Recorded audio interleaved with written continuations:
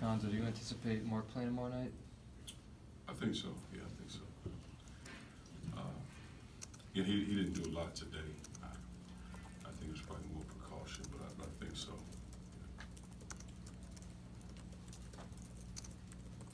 Because what's different? I mean, you played Arkansas, LSU, both teams who really get after you defensively. I guess what does Auburn do defensively that's similar or different than them? Well, I don't. I think Arkansas is what they do. And I think both teams, they don't. Arkansas has been known for years, but I think both teams felt like, in LSU's case, late, let's try to make plays. They didn't do it most of the game, and it worked out for them. And I think Arkansas, they went smaller, so let's try to take advantage of this, speed the game up, cause some turnovers. Auburn, that's what they do, so different type pressing situations. But it's the same thing. We practice, we prepare for it, and just, again, you go through and put guys in different situations. But I'm not more concerned than I was before. I mean, you have to be able to deal with it, get over the top, score the ball. As after watching film and everything, is there anything you would do differently in those last 2 minutes against LSU, or is it more of just the shots they hit and what they did? I thought the shots they hit and the way they scored, I didn't think we were very aggressive defensively.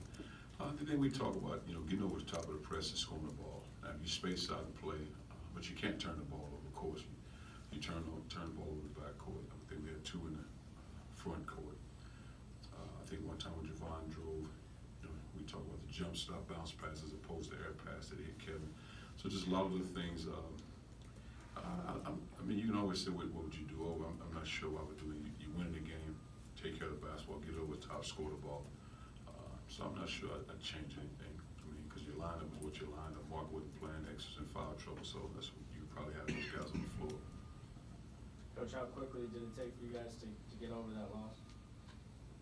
I don't know if you ever get over these type of losses, at least for me. I mean, I think this will be a part of me to, probably to put me in the casket. Not that I'll be sitting and thinking about it every day, but just, I've managed to, I don't know if this is a good thing, to remember those tough losses as opposed to some big wins, for whatever reason. But I don't know if you ever get over it, especially if you're competitive. I mean, you move on. It's not like you dwell on you can't eat your dinner 3 weeks later worrying about, this game. But I just think if you're a competitive person, you figure out what happened so it never happens again. I think with anything in life, the pain in which you go through something, and if it's real pain, you don't ever feel that again. And I'm only speaking in the realm of sports, not life. So that's, when it comes to sports, that's a real pain for me.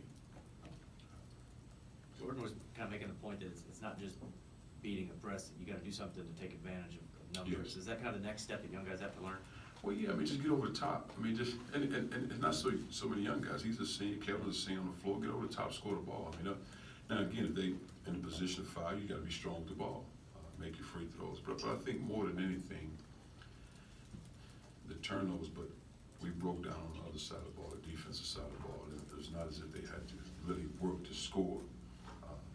So that was the bigger issue for me. Because you got to get over the top and you make plays against the press, yes, but defensively we weren't the same team the last probably 2 minutes.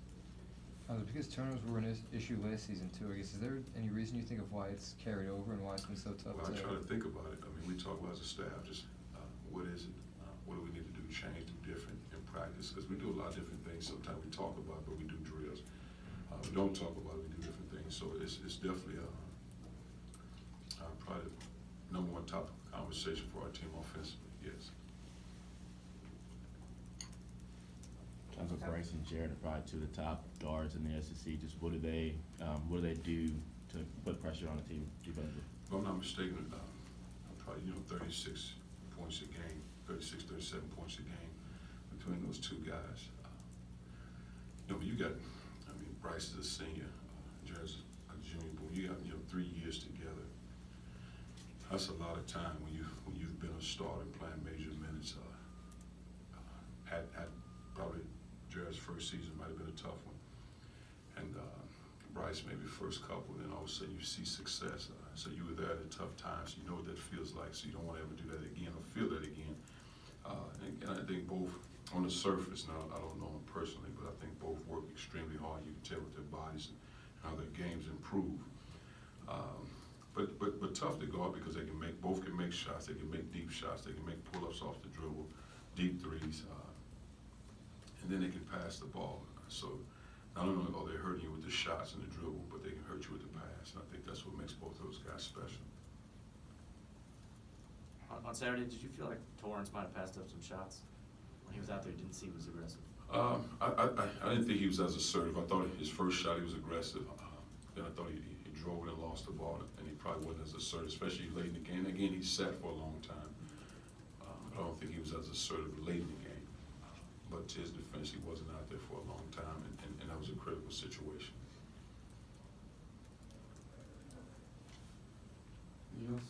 Notice on overnight process, but what have you seen out of X since you kind of put more of an emphasis on him being more simplistic with the passes and more of a presence on defense? Well, I think again, it's just one day at a time because he can pass the ball, but he also has the ability to score the ball. And not just thinking X case, just as he continues to grow in what we're doing, even in league play, going against really good guards, and the growth in the weight room, even though we lift weights during the season, I think he'll make major jumps spring and summer. But his practices have been better. He's been vocal in practice, been more assertive defensively, and that takes time, especially when you guard the ball screens at the level you guard them at. Come from high school to doing ball screen coverage at this level is not an easy thing when big physical guys are constantly hitting you with ball screens. There's so many different coverages and way guys come off screens, and that's a major adjustment. I think he's really his last week or so. I think he's been good.